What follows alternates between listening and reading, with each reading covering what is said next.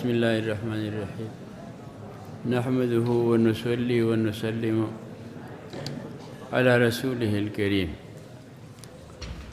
میرے بھائیوں، سارے مبارکباد کے مستحق ہے جتنے ساتھیوں نے تقریر کی ہے۔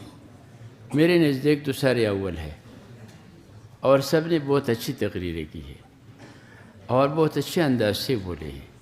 اللہ تبارک و تعالیٰ مزید ترقی نصیب فرمائے۔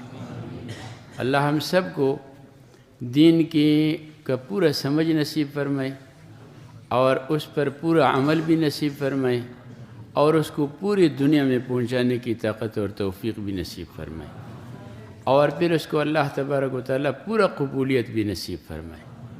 اللہ ہمارے تمام امور کو آسان فرمائے۔